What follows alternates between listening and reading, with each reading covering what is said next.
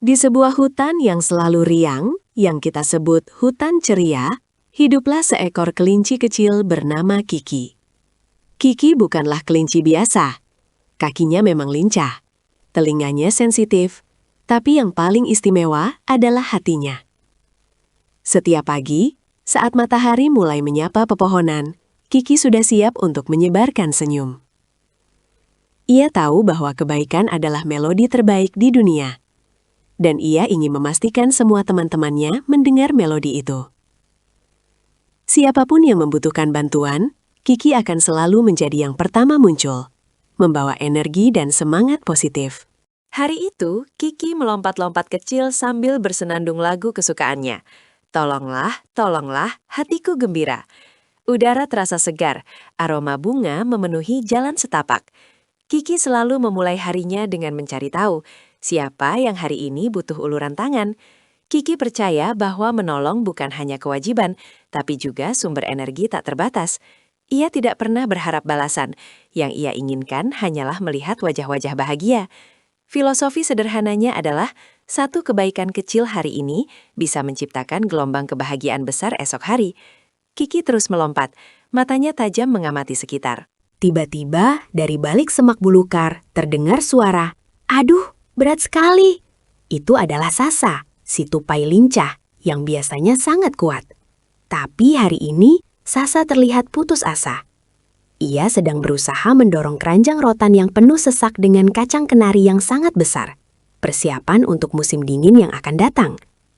Keranjang itu tersangkut di akar pohon besar. Dan meskipun Sasa menarik dengan sekuat tenaga, keranjang itu tidak bergeser sedikit pun. Sasa mulai terengah-engah dan hampir menangis, merasa usahanya sia-sia. Kiki segera menghentikan lagunya. Hatinya langsung tergerak melihat kesulitan temannya itu. Tanpa berpikir dua kali, Kiki berlari mendekat. "Sasa, jangan khawatir, aku di sini." Kiki tahu bahwa ia tidak bisa menarik keranjang seberat itu sendirian, tapi ia punya akal. "Sasa, coba kamu dorong dari depan. Aku akan gunakan kakiku yang kuat untuk mendorong akar yang menjeput ini." Kiki menggunakan seluruh kekuatan otot kakinya yang terkenal lincah untuk mendorong akar yang keras itu, sambil memberikan aba-aba yang ceria. Dalam hitungan detik, dengan kombinasi dorongan dan tarikan yang tepat, keranjang itu pun terlepas. Kacang-kacang selamat dan Sasa bisa melanjutkan perjalanannya dengan senyuman lega yang lebar. Sasa langsung memeluk Kiki. "Terima kasih banyak, Kiki. Kamu pahlawanku. Tanpa bantuanmu, aku pasti masih di sana sampai sore." Kiki tertawa kecil, melambaikan tangan. "Sama-sama, Sasa. Ingatlah, kita hidup di hutan ceria, tempat di mana tangan selalu siap diulurkan." Rasa hangat menjalar di dada Kiki. Perasaan gembira karena bisa mengurangi beban orang lain adalah hadiah yang tak ternilai harganya. Jauh lebih baik daripada wortel paling manis sekalipun. Kiki melanjutkan perjalanannya. Senandungnya kini menjadi lebih bersemangat, membawa energi baru dari kebaikan yang baru saja ia lakukan. Namun, tak lama kemudian, petualangan baru sudah menunggu. Di tepi sungai kecil, Kiki melihat nenek penyu yang terkenal bijaksana sedang merenung. Sungai itu telah meluap sedikit karena hujan semalam, meninggalkan genangan lumpur yang tebal di jembatan kayu kecil. Nenek penyu tidak bisa melangkah di lumpur itu, takut terpeleset, karena cangkangnya sangat berat dan kakinya tidak selincah dulu. Ia harus menyeberang untuk mengambil daun obat yang ia butuhkan. Nenek penyu mendesah pelan, tampak khawatir harus mengambil jalan memutar yang sangat jauh. Kiki segera menyadari bahwa ini adalah panggilan kebaikan berikutnya. Kiki tahu nenek penyu butuh pijakan yang stabil. Ia berlari cepat ke area hutan yang rimbun dan menemukan sebatang dahan kayu yang cukup tebal dan panjang, ditinggalkan oleh angin kencang kemarin. Menggunakan kekuatan dorongnya sekali lagi, Kiki menggulingkan dahan itu, memindahkannya dengan hati-hati.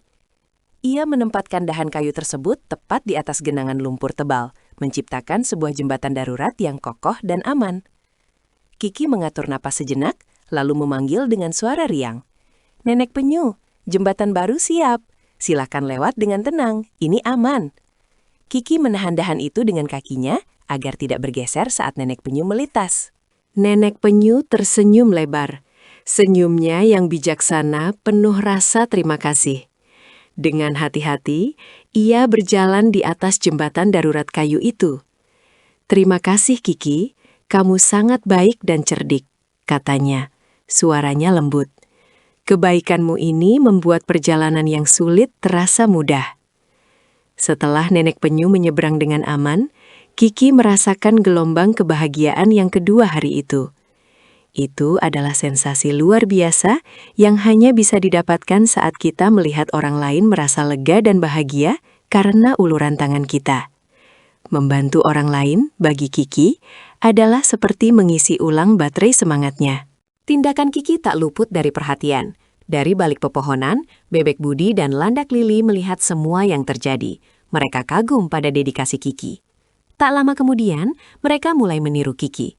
Bebek Budi membantu cacing Ciko mencari daun kering untuk sarangnya, sementara Landak Lili menggunakan durinya yang kuat untuk membawa buah apel yang jatuh terlalu tinggi untuk teman-temannya yang lain.